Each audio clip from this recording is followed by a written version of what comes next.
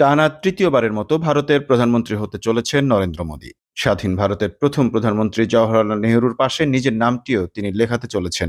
যদিও নেহরুর মতো একক সংখ্যাগরিষ্ঠতা অর্জন করতে পারেননি তিনি। মঙ্গলবার ৪ জুন ১৮তম লোকসভা নির্বাচনে মোদীর দল ক্ষমতাসীন বিজেপি এককভাবে সর্বোচ্চ সংখ্যক আসন পেলেও তাদের এনডিএ ৩০০ আসনও ছুঁতে পারল না। প্রবলভাবে উঠে এলো কংগ্রেসের উদ্যোগে গড়া ইন্ডিয়া জোট। টানা ১ দশক পর তারা মোদীর বিজেপির একদলীয় শাসনের অবসান ঘটালো। সরকার গড়লেও প্রধানমন্ত্রী হিসেবে মোদীকে এখন থেকে হতে হবে পরমুখাপেক্ষী। তার ঘাড়ে প্রতিনিয়ত শ্বাস ফেলবে বিরোধী জোট ইন্ডিয়া।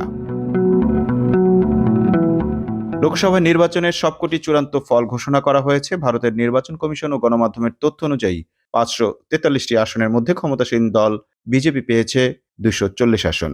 প্রধান বিরোধী দল কংগ্রেস জয় পেয়েছে ৯৯টি আসনে। অন্য দলগুলোর মধ্যে সমাজবাদী পার্টি ৩৭টি, তৃণমূল কংগ্রেস ২৯টি, ডিএমকে ২২টি, তেলেগু দেশম পার্টি ১৬টি, জনতা দল ১২টি, শিবসেনা ৯টি, ন্যাশনালিস্ট কংগ্রেস পার্টি ৮টি ও শিবসেনা ৭টি আসনে জয় পেয়েছে। লোক জনশক্তি পার্টি রামবিলাস জয় পেয়েছে ৫টি আসনে, ৪টি করে আসনে জয় পেয়েছে communist party of India, CPI, YSRCP ও রাষ্ট্রীয় জনতা দল, আম আদমি পার্টি, ঝাড়খণ্ড মুক্তি মোর্চা ও ইন্ডিয়ান ইউনিয়ন মুসলিম লীগ ৩টি করে আসন পেয়েছে।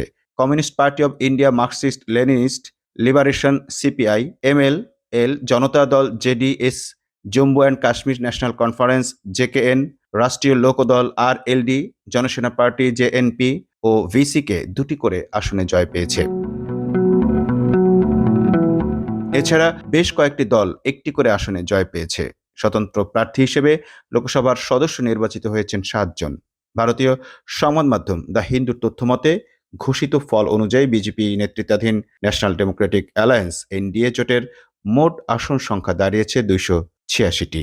অপরদিকে কংগ্রেস নেতৃত্বাধীন ইন্ডিয়া জোটের মোট আসন সংখ্যা হয়েছে ২০১টি। যে আসনটির ফল এখনো ঘোষণা হয়নি, সেটিতে এগিয়ে আছে শারদ পাওয়ারের এনসিপিএসপি। এই দলটিও ইন্ডিয়া জোটের সঙ্গে রয়েছে। আসনটি তারা পেলে বিরোধী জোটের আসন সংখ্যা হবে ২০২টি। এর আগে ২০১৯ সালে লোকসভা নির্বাচনে বিজেপি এককভাবে ৩০৩ আসনে জয় পেয়েছিল। সেবার বিজেপির নেতৃত্বাধীন জোট এনডিএ ৩৫২ আসনে জয় পায়। এবার বিজেপি সবচেয়ে বেশি আসন পেলেও সরকার গঠনের জন্য প্রয়োজনীয় আসন পায়নি। সেক্ষেত্রে এনডিএ জোট শরিকদের উপর নির্ভর করতে হবে বিজেপিকে। গত নির্বাচনে কংগ্রেস এককভাবে পেয়েছিল ৫২টি আসন, আর কংগ্রেস নেতৃত্বাধীন তৎকালীন ইউপিএ জোট পেয়েছিল ৯৪টি আসন। লোকসভার মোট ৫৪৩ আসনের মধ্যে সরকার গঠনের জন্য প্রয়োজন ২৭২ আসন। সেক্ষেত্রে বিজেপি তার জোটসঙ্গীদের নিয়ে সরকার গঠন করতে পারবে। তবে জোটসঙ্গীদের মধ্যে বেশি আসন পাওয়া দলগুলো বিরোধী শিবিরে গেলে চিত্র ভিন্ন হতে পারে।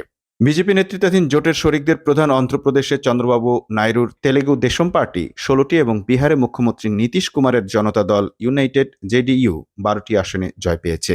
এই দুই দল ছাড়া আরও একাধিক এনডিএ শরিকের উপর নির্ভর করতে হবে বিজেপিকে। এদের মধ্যে রয়েছে মহারাষ্ট্রের শিবসেনার সিন্ধে গোষ্ঠী, বিহারের লোক জনশক্তি পার্টি এবং উত্তরপ্রদেশের রাষ্ট্রীয় লোকদল।